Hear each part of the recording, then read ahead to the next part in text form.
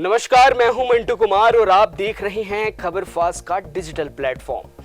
आज हम बात करने जा रहे हैं एक ऐसे मामले की जो दिल्ली की सियासत में तहलका मचा रहा है।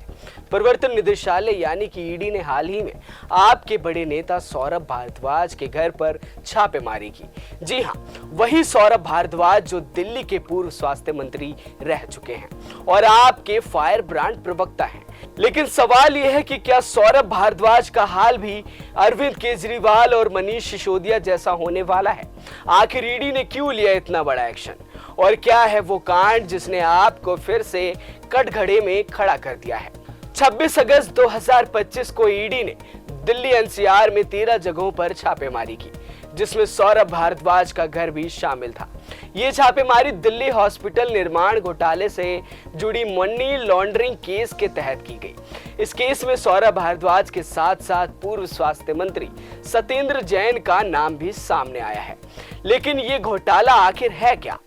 2018-19 में आप सरकार ने दिल्ली में 24 हॉस्पिटल प्रोजेक्ट्स को मंजूरी दी थी, जिनकी कुल लागत थी 5,590 करोड़ रुपए।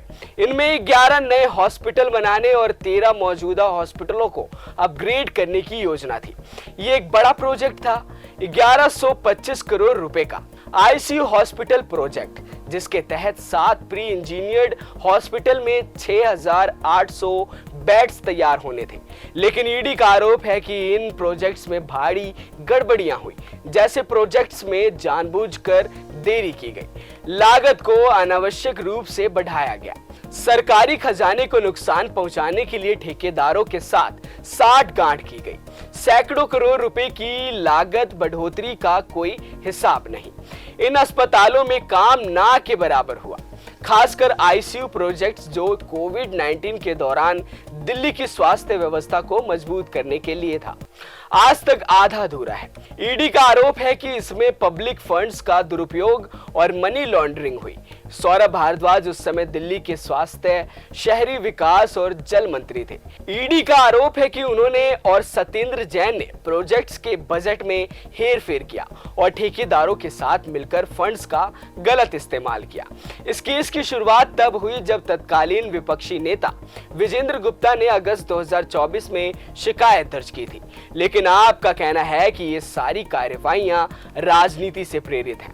पूर्व मुख्यमंत्री आतिशी और मनीष सिसोदिया ने दावा किया है कि ईडी की रेड्स का मकसद आपको बदनाम करना है, खासकर तब जब विपक्ष पीएम मोदी की डिग्री पर सवाल उठा रहा था। आतिशी ने भी कहा है कि सौरभ उस समय मंत्री ही नहीं थे जब ये प्रोजेक्ट शुरू हुआ।